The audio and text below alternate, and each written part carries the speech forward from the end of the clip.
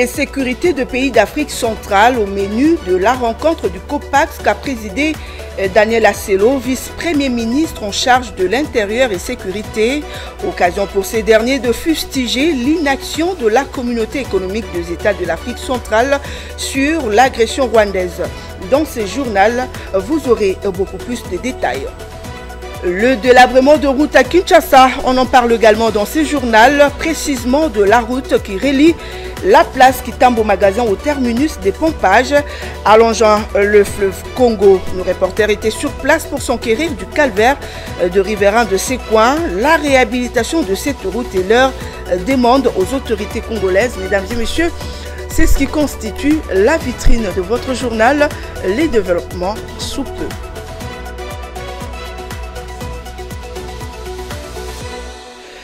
D'abord, cette information. Le ministre des Finances, Nicolas Kazadi, était face à la presse le lundi en marge du point de presse du ministère de la Communication et Médias. Il s'est, entre autres, attardé sur les questions liées à la dette publique, soulignant que la République démocratique du Congo est bien positionnée. Commentaire de Fulgence Milaï.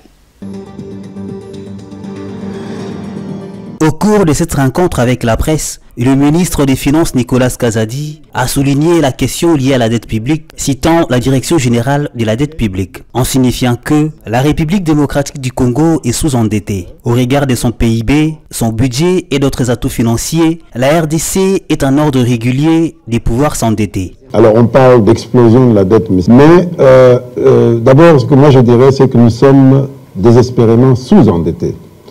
10 milliards de dollars, c'est la même dette que nous avions quelques années avant l'initiative PPTE, où notre budget était de 500 millions, même pas 1 milliard. Aujourd'hui, nous avons un budget de l'ordre de 16 milliards, et nous avons un PIB qui lui-même est autour de 60 milliards, donc on a le droit de s'endetter. Et ce qu'il faut regarder, c'est au final, c'est le ratio d'endettement, c'est-à-dire le rapport entre le stock de la dette et le PIB. Au moment où nous parlons, il ne fait que baisser, malgré cette explosion dont vous parlez. D'après la DGDP, il est de l'ordre de 17%. Il n'y a pas un pays africain qui est aussi peu endetté que nous. Donc nous avons des marges de manœuvre pour financer notre économie, pour financer les investissements. Et nous avons une croissance qui est très bonne. Rien que cette année, nous pensions qu'on serait à 6,6%, mais les dernières évaluations du FMI nous amènent à 8,5%. Donc une des économies les plus dynamiques du continent. Donc tout cela fait dire qu'aujourd'hui, tous les financiers regardent vers la RDC en disant nous pouvons prêter à ce pays puisqu'ils sont performants, la croissance est bonne, les recettes publiques augmentent, donc nous pouvons prêter. Faut-il rappeler que Nicolas Kazadi a détaillé lors de cet exercice les performances financières de la RDC en 2022 avec des chiffres records dont la mobilisation de recettes. Il est notamment revenu sur les défis à relever en 2023. Toujours au cours de ces points de presse, le ministre de la Communication et des Médias, Patrick Mouyaya, est revenu sur ce qu'a été cette rencontre, mais surtout sur les grandes questions abordées. Suivez. Nous voulons faire une ouverture de l'année 2023, regarder ce que sera cette année en termes de perspective. Vous savez que nous avons de grands enjeux, notamment les élections qui arrivent en fin d'année. Mais c'est aussi l'occasion de revenir sur les performances. Les performances, il y en a eu beaucoup au cours de l'année dernière. Sur le plan économique, et de ce point de vue, nous avons voulu associer à cet exercice le ministre des Finances à ma droite, M. Nicolas Kazadi, parce qu'au dernier Conseil de ministres, il a fait la situation, comme de manière régulière, de finances publiques pour le mois de janvier 2023. Il est revenu sur les points forts, sur le point faible et la manière dont le gouvernement doit réajuster son action dès ces points de vue pour être sûr que nous restons dans le respect de notre cadre budgétaire, mais aussi dans le cadre de ce que nous avons comme discussion de manière régulière avec la mission du Fonds monétaire international qui a séjourné il y a quelques jours en République démocratique du Congo. On va parler cette fois-ci autre chose dans ce journal. Le vice-premier ministre en charge de l'Intérieur, Daniel Aselo Okito, a présidé le week-end la réunion de ministres du Conseil de paix et de sécurité de l'Afrique centrale, COPAX, une rencontre qui a réuni notamment le chef d'état-major généraux et les hauts responsables du ministère de l'Intérieur et sécurité de la communauté économique et monétaire de l'Afrique centrale, CEAC. Reportage. Au cours de cette réunion, les participants ont également examiné et adopté le projet d'ordre du jour et le programme de la réunion de ministres du COPAX. Parmi le point à l'ordre du jour, il faut noter notamment le point incluant l'analyse prospective et stratégique sur le format du rapport de la situation politique et sécuritaire du mécanisme d'alerte rapide de l'Afrique centrale, MARAC, le projet de protocole relatif à la stratégie de développement de l'économie bleue durable de la CEAC et la montée en puissance du Centre régional de la sécurité maritime de l'Afrique centrale, pour ne citer que cela. En prenant la parole à ces assises, le vice-premier ministre en charge de l'Intérieur s'est appesanti sur l'importance de ces assises et a ouvert cette dernière. Au regard de l'importance de matières inscrites à l'ordre du jour, je nous invite à travailler sans complaisance afin de produire un travail de haute qualité. Sur ce, je déclare ouvert les travaux de la réunion des ministres du COPAX. Daniel Aselo a saisi l'occasion pour fustiger l'inaction de la communauté économique des États de l'Afrique centrale sur l'agression rwandaise. Je saisis cette occasion pour vous interpeller par rapport à la meurtrière agression rwandaise sous le label du M23 qui a fait déjà et continue à faire des milliers, que dis-je, des millions de morts en République démocratique du Congo, sous un silence coupable des États membres de la CEAC. Séance tenante, cette dernière a pris l'engagement de s'impliquer à propos de la guerre dans l'Est de la République démocratique du Congo, dans l'optique de la recherche d'une paix durable dans la sous-région, conformément à la vocation du COPAX et celle du président en exercice de la CEAC, Félix Antoine Tshisekedi. Les contrats sino-congolais fait couler en tout cas beaucoup d'encre et de salive. Après les conclusions de l'IGF sur ces contrats, plusieurs réactions ont été enregistrées, dont celle du coordonnateur de la nouvelle société civile, Jonas Tchombela, c'est mardi, qui soutient le fait que ces contrats est largement défavorable à la République démocratique du Congo. Il va plus loin en exigeant de poursuites judiciaires contre ceux qui seront impliqués dans les possibles méfaits. Philo Chiloba et Sélé Chamala. C'est un contrat gagnant-perdant. On vous a trompé que c'était un contrat gagnant-gagnant, mais c'était un contrat gagnant-perdant. Le gagnant, c'était les Chinois, les perdants, c'était les Congolais. Qu'est-ce qu'on peut nous dire aujourd'hui avec ce contrat que la RDC peut dire, voilà, sur base de ce contrat, si ce n'est que les animateurs ou les gens qui ont initié ce contrat aujourd'hui qui sont devenus plus riches que le pays lui-même.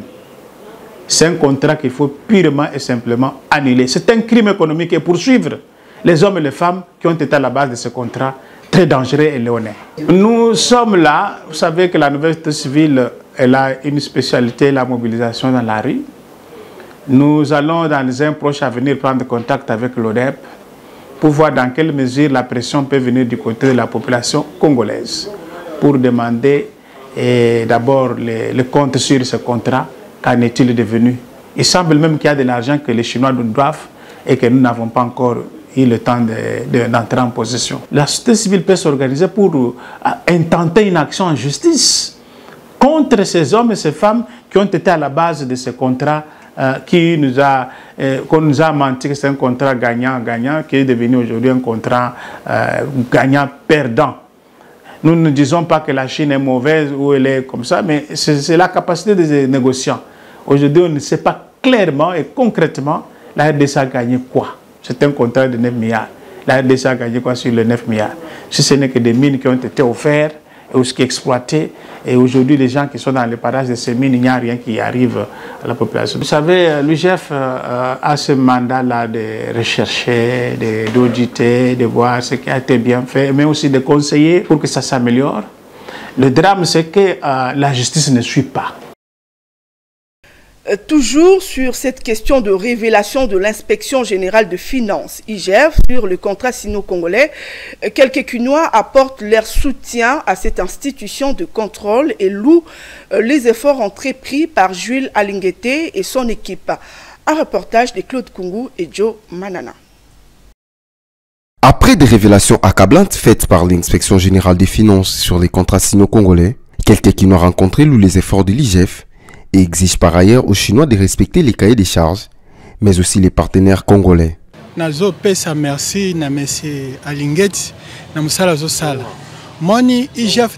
remercie l'inspecteur général des finances Gilles Alinguete pour son grand travail. L'IGF est comme une police qui traque des voleurs. Si les Chinois arrivent à faire de telles choses, c'est parce que beaucoup de Congolais sont avec eux. Il y a des gens qui détruisent l'économie du pays. Que les Chinois respectent leurs engagements ou carrément qu'ils dégagent. Il faut que tous les Chinois, IGF a sali enquête a réussi même à déterminer que l'IGF a reçu dans sa mission de contrôle par rapport au contrat sino-congolais. Que la partie chinoise puisse respecter le contrat, au cas contraire, que le gouvernement annule ça. Partie chinoise et là ceux qui ont la mobilité va créer un système où il y a moins transparence, moins collaboration entre bango et le gouvernement congolais. Mais ceux qui ont parvenir à part na bango il y a ça là va créer un système où il y a clarté. En tout cas, moi je préfère qu'il rompre. Selon ces contrats signés en 2008, la RDC devrait mettre en place quelques minerais à la disposition des entreprises chinoises et en retour celles-ci devaient construire les infrastructures pour le pays. Malheureusement, 15 ans après, il s'avère que ces entreprises ont largement bénéficié de minerais congolais sans remplir leur rôle qu'elles auraient dû investir. Les rapports de l'IGF n'ont retracé que 800 millions de dollars. Cette dernière exige soit l'annulation du contrat, soit sa révisitation. La Cour des comptes a organisé le week-end dernier une séance de vulgarisation de la loi portant sa composition, son organisation et son fonctionnement. Une cérémonie qui s'est déroulée au Palais du Peuple en présence de plusieurs personnalités dont quelques-unes ont porté leur voix. On écoute. L'état de droit aussi exige la bonne gouvernance. Et si dans l'exécution de la loi de finances, les animateurs ne travaillent pas comme se doit selon la loi, ça crée beaucoup de problèmes dans le pays sur le plan financier. C'est ainsi que cet atelier a été très important pour essayer un peu de recadrer les choses sur la valeur et la pertinence de la mise en œuvre des actions de la Cour des comptes. Et ça va beaucoup aider sur la gestion de la chose publique. Quand on avait pris la décision de bancariser, il y avait quand même un protocole d'accord entre le gouvernement et les ACB, l'Association congolaise des banques. Mais il n'était pas dit que infiniment l'argent bancarisé ne soit pas vérifié, contrôlé par les comptables publics. Il y avait un timing accordé et après quoi, toutes les données, la base de données sur la rémunération devrait rentrer auprès des comptables publics, même si l'argent se trouvant à la banque. Mais les comptables publics ont un rôle très important pour la viabilité, pour l'authentification même des bénéficiaires de ces rémunérations. Si nous voulons être dans la gestion transparente des choses, il faut commencer à faire des formations. Même un enfant à la maison, ce n'est pas au même jour que commence à marcher. Vous devez l'apprendre, comment marcher, comment se tenir debout et comment faire un pas. J'en ai parlé à la vitrine de votre journal. J'en ai fait allusion au sommaire de ces journaux. L'avenue du tourisme, communément appelée Ndela Mai, dans son tronçon qui relie la place Kitambo Magasin au terminus de pompage, allongeant le fleuve Congo, se trouve dans un état de délabrement très avancé, engendrant ainsi de vastes embouteillages. Dans le reportage de ce mardi, signé Jonathan Bakele et Sele Chamala, les usagers exigent les autorités une réhabilitation rapide. À Kinshasa, circuler sur l'avenue du tourisme, communément appelée Ndela Mai, rongée par les nids des poules, devient de plus en plus une corvée. En effet, les tronçons compris précisément entre l'hôpital de la Rive jusqu'à Brekin est en état de délabrement très avancé, causant ainsi des embouteillages monstres et interminables. Les usagers sollicitent l'implication des autorités publiques. La route est remplie plein de nids de poules. Ça fait qu'il y a beaucoup d'embouteillages. Ça fait que la population de l'autre côté, donc la commune de Mongafula et Ngaliema, on a vraiment des difficultés pour atteindre d'autres communes parce qu'il y a la route est dans un état de délabrement total. S'il y a la pluie, le sable qui est sur les monts Ngaliema là-bas, ça descend, ça barre la route, ça fait que dans cette tronçon, il y a vraiment des embouteillages monstres. Donc les embouteillages débutent ici à partir de 4 heures. Si vous sortez même à 4 heures, vous verrez il y a déjà des embouteillages parce qu'il n'y a pas moyen. L'état de la route est dans un état vraiment délabrement. Et nous demandons seulement à notre gouvernement de mettre des moyens afin que cette route puisse être réhabilitée. Route tout d'abord eza moko et puis eza en bon état. Alors il n'y a qu'une seule route et elle se trouve dans un piteux état. À cause des accidents de circulation routière qui se produisent le long de cette route et de nombreux embouteillages, nous demandons aux autorités de faire un état de lieu de la route et si possible de construire des routes secondaires afin de décanter très rapidement la situation. Un peu pour saler la route secondaire de façon que l'embouteillage est un peu pour diminuer Koto parce que Koto, la population est belée. Signalons que plusieurs tronçons de la ville de Kinshasa sont en pleine réhabilitation dans le cadre de plusieurs projets lancés par les pouvoirs publics. D'autres avenues toutefois seront prochainement réhabilitées. De morts, de blessés et de dégâts matériels ont été enregistrés après un accident de circulation qui s'est produit le lundi sur la route nationale numéro 1 à 15 km de la ville de Chikapa. Plusieurs biens appartenant à des victimes ont été emportés par le villageois. Plus de détails dans ses commentaires. 4 morts et des dégâts matériels enregistrés. C'est le bilan d'un accident de circulation qui s'est produit le lundi dernier dans la localité de Malundu sur la route nationale numéro 1 à 15 km de Chikapa. Selon la police des circulations routières présentes sur le lieu, un bus de la société Class Coach en provenance de Chikapa est entré en collision avec un véhicule dont le propriétaire serait le député Théophile Kazadi. Ce dernier a été totalement endommagé. Selon plusieurs sources, se trouvait à bord de ce véhicule la belle-sœur du député, son chauffeur, son assistant parlementaire et d'autres passagers. Le bus en provenance de Chikapa avait en son sein 2 personnes présentées comme des mécaniciens en mission de dépannage. Des sources rapportent que plusieurs biens appartenant aux victimes ont été emportés après les drames par des résidents de villages environnants. La police nationale aurait ouvert une enquête pour déterminer la cause réelle de cet accident de circulation ayant décimé plusieurs vies. Place à prison à la revue de presse avec Juvette Mbelou qui l'a lu avec un cœur joie. On l'écoute.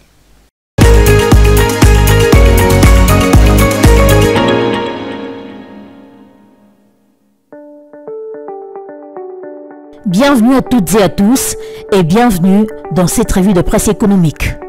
Débutons cette revue de presse avec Congo Nouveau qui titre à sa une « Patrick Mouyaya, on veut brimer les Chinois ».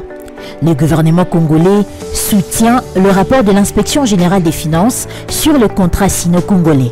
Le journal note que, selon son porte-parole Patrick Mouyaya, qui s'exprimait ce lundi devant la presse lors du traditionnel briefing, ce contrat devrait être révisité. Un point de vue soutenu par son collègue des finances Nicolas Kazadi. Au vu des chiffres livrés par l'IGF, il est clairement établi que la RDC ne se retrouve pas, renchérit le confrère. Le journal indique que l'ambassadeur de la Chine en RDC a contesté un rapport pas conforme à la réalité. Le journal a également fait savoir que ce contrat sino-congolais a été signé en 2008 entre les entreprises chinoises et le gouvernement congolais. Un troc exploitable des minerais contre construction des infrastructures, notamment 5000 logements sociaux, 2 barrages hydroélectriques à Katende et à Kakobola, 3700 km rail, 145 centres de santé. Poursuivons cette revue de presse avec l'agence congolaise de presse qui revient sur les lancements de la deuxième phase du projet de renforcement des infrastructures socio-économiques. Le journal note que les travaux de la deuxième phase du projet de renforcement des infrastructures socio-économiques ont été lancés lundi à Kinshasa par le vice-premier ministre et ministre de l'Intérieur, Daniel Asselo. Le ministre d'État en charge du développement rural, François Robota, a affirmé que ce projet de renforcement des infrastructures socio-économiques vient en complément au programme des 145 territoires de par sa vocation. Le journal souligne que le ministre d'État en charge du développement rural a fait savoir que cette deuxième phase du programme est additionnelle à celui qui couvre les milieux ruraux et qu'après Kinshasa, cette dernière va s'étendre dans d'autres coins du pays. Cette deuxième phase consistera également à construire 22 adductions d'eau potable avec mini-réseau, 41 écoles à construire et à équiper, 40 centres de santé à équiper, 40 espaces à vivre marché, 88 latrines publiques, 2 régies de services provincial d'eau. Ici est de noter que ce projet est né du partenariat entre le ministère du Développement rural et les groupes de la Banque africaine de développement. Il vise le développement des conditions de vie de base des Congolais. Terminons cette revue de presse avec l'Avenir qui titre pour sa part Julien Paluku explique aux 54 missions diplomatiques les progrès réalisés depuis DRC Business Forum.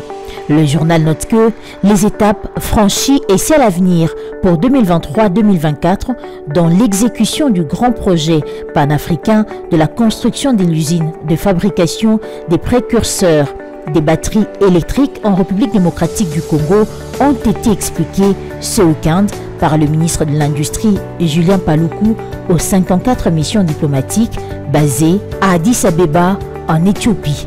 Et ce, en marge de la 36e session ordinaire de l'Assemblée générale des chefs d'État et des gouvernements de l'Union africaine. Le tri-hebdomadaire explique que le ministre de l'Industrie, qui a salué la nomination par le chef de l'État Félix Tshisekedi des animateurs du Conseil congolais de la batterie, structure qui va piloter ce grand projet, a invité les autres pays africains à rejoindre la RDC et la Zambie dans le développement de cette chaîne de valeur. Car le marché des batteries et des véhicules électriques est évalué entre 7 et 46 000 milliards de dollars américains entre 2030, 2035 et 2040. Fin de cette revue de presse économique. Merci à vous de l'avoir suivi.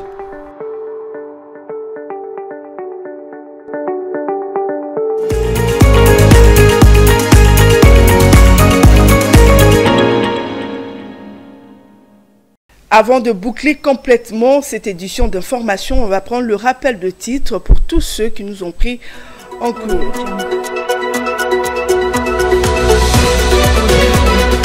On a parlé de paix et sécurité de pays d'Afrique centrale qui était au menu de la rencontre du COPAX qu'a présidé Daniel Asselo, vice-premier ministre en charge de l'intérieur et sécurité. C'était également une occasion pour ces derniers de fustiger l'inaction de la communauté économique des États de l'Afrique centrale sur l'agression rwandaise. Dans ce journal, vous avez eu un peu plus de détails. Le délabrement de route à Kinshasa, on en a également parlé dans ce journal, précisément de la route qui relie la place Kitambo Magasin au terminus des pompages allongeant le fleuve Congo. Nos reporters étaient sur place pour s'enquérir du calvaire de ces riverains. Vous avez suivi leur désidérata. Ils n'exigent que la réhabilitation de cette route aux autorités congolaises.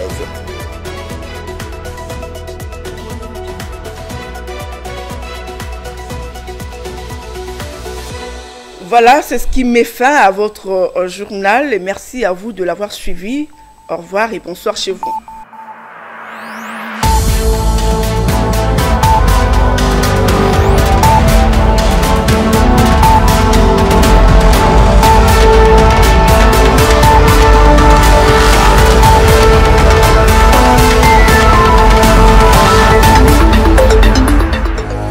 Dans une sphère médiatique, essentiellement tournée vers des contenus généralistes, où l'originalité n'a plus sa place au chapitre, où le secteur de l'économie et finance, pourtant poumon d'un État, sombre dans les oubliettes, voici enfin Ecofin Télévision.